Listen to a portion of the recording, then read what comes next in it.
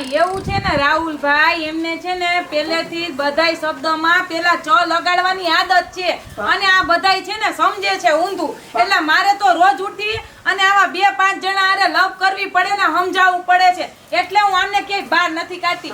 જોયું ને તમે ક્યાંય કાઢવાના લાયક નથી. આ સાંભળો, તું ચાલતું તો રાખ. એ ભાઈ મેં શું ચરી અરે બધાયની હરી જ કરી એટલે તો ગામ આખું વાહે ચંપલ લઈને દોડ્યું છે વાહે. હવે ઈ હરી નથી કરતા, ઈ બોલે છે એવું એટલે બધાય સમજે છે ઊંધું. આ ગામ આખાને કેમ સમજાવવા જાવા આપણે? એના કરતા તમે આને ઘરમાં પૂરીને રાખો.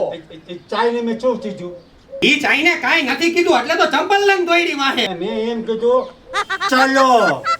પણ ઈ બીજું સમજે એમાં આપણે શું કરવું? એના કરતા આપણે ઘરમાં જ રહેવાય. જોયું ને, સાંભળ્યું ને? હવે ક્યાંય ભાટકવા જાતા નહીં, છાના માના ઘરમાં બેસજો. આ ચાબી માલે છે, ચોજુ ચાબી માલે છે. એલા ભાઈ ઈ ચાવી નથી માતી. આજે તમે